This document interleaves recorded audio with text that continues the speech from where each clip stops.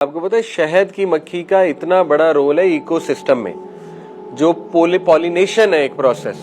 Pollination کیا ہوتا ہے؟ جو بیج ہے، پولنز ہے، وہ ایک پھول سے دوسرے پھول میں ٹرانسفر شہد کی مکھی کرتی ہے. اگر وہ ٹرانسفر نہیں ہوں گے تو نباتات نہیں ہوں گے، پھول نہیں کھلیں گے، یہ گرینری نہیں ہوگی، سب ختم ہو جائے گا.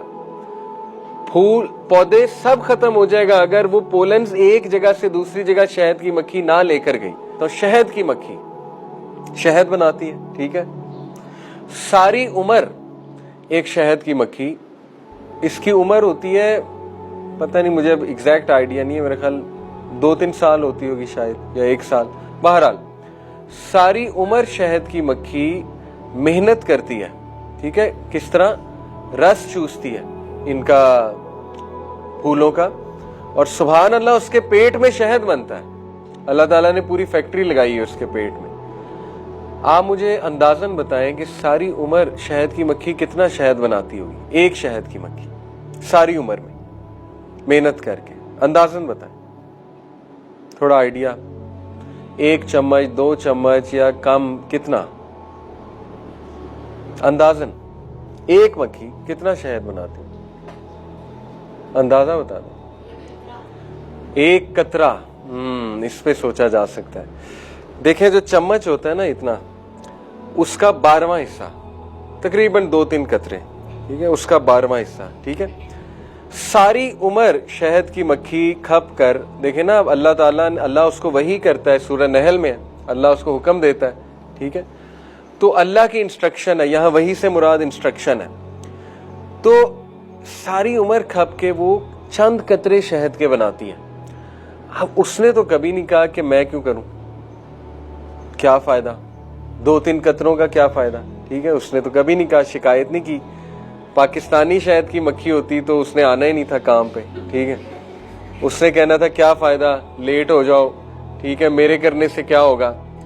لیکن شہد کی مکھی اللہ تعالیٰ ہمیں اس سے سکھا رہا ہے. ایویں سورت اللہ نے اس کے نام پہ پوری سورت کا نام رکھ دیا، نحل. کوئی چھوٹی بات ہے؟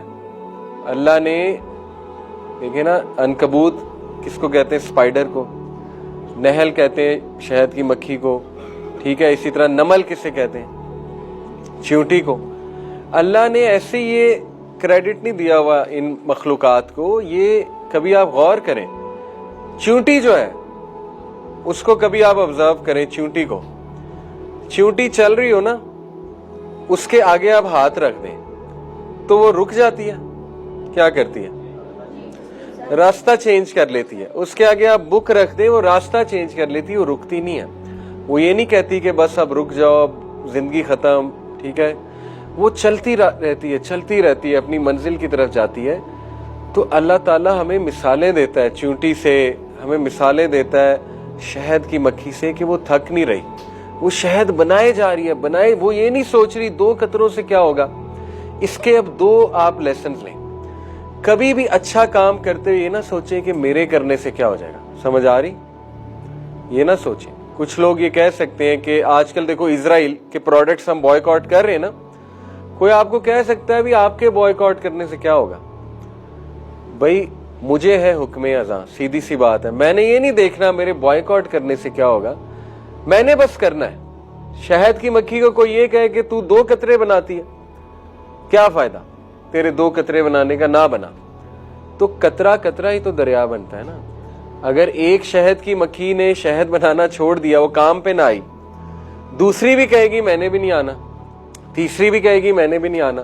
آہستہ آہستہ کیا ہوگا، شہد بننا کم ہو جائے گا. اور یہ تو میں نے صرف شہد کی بات کی. آپ کو پتا ہے شہد کی مکھی کا اتنا بڑا رول ہے ایکو سسٹم میں. جو پولینیشن ہے ایک پروسیس. پولینیشن کیا ہوتا ہے؟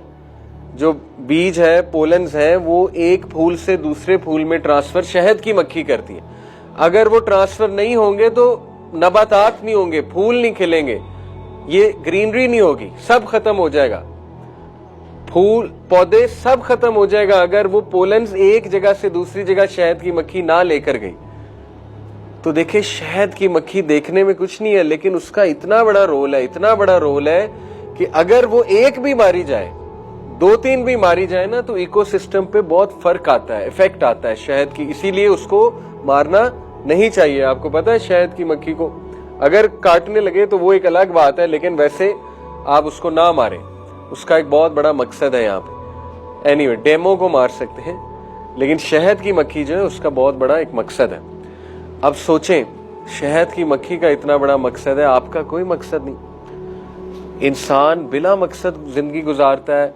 انسان یہ کہتا ہے میرے فجر پڑھنے سے کیا ہو جائے گا, میرے اچھی بات کرنے سے کیا ہو جائے گا, میرے بوائکاٹ کرنے سے کیا ہو جائے گا, میرے چند ایک چیزیں کرنے سے کیا فرق پڑ جائے گا. بھائی فرق پڑے گا.